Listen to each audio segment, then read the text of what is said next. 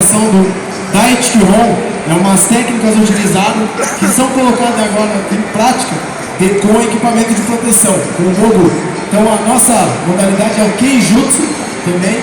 Então aquelas, os cortes por baixo, todas essas técnicas são tiradas dos katas que realizamos aqui e aí são colocadas em prática agora com o combate real, utilizando a armadura e uma espada de bambu. Eles vão demonstrar aqui os movimentos básicos, utilizando a Shinai, e também é utilizado duas espadas, a Nito. Aí. Ai! Sonkyo!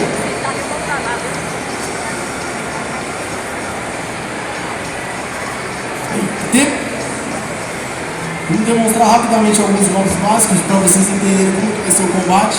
Então alguns golpes que são o Mei, o Kote, o Chigote por baixo, o Do e o Tsuki. Então só vou demonstrar e agora eles vão começar um combate entre os competidores aqui. Então. O Hachumei. Parte utilizada no crânio. O Kote, utilizando o antebraço do adversário.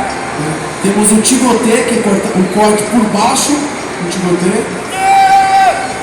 O Do, corte. E entre a graduação deles também é utilizado o Tsuki, a parte da estocada no pescoço. Aí, ok? Aí. Calma aí aqui no centro.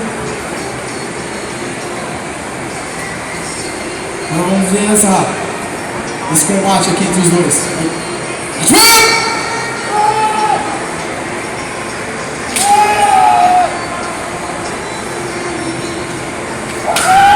Aqui vemos o Mei rápido passando, contra-golpeou a parte do crânio.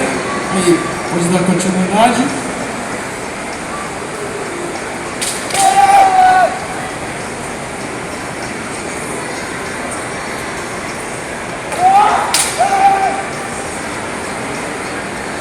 Aqui ele solta uma das mãos da espada, e contra-golpeia do Suete, utilizando uma mão sobre o dorso do katana. Aqui conseguimos ver uma estocada rápida no pescoço.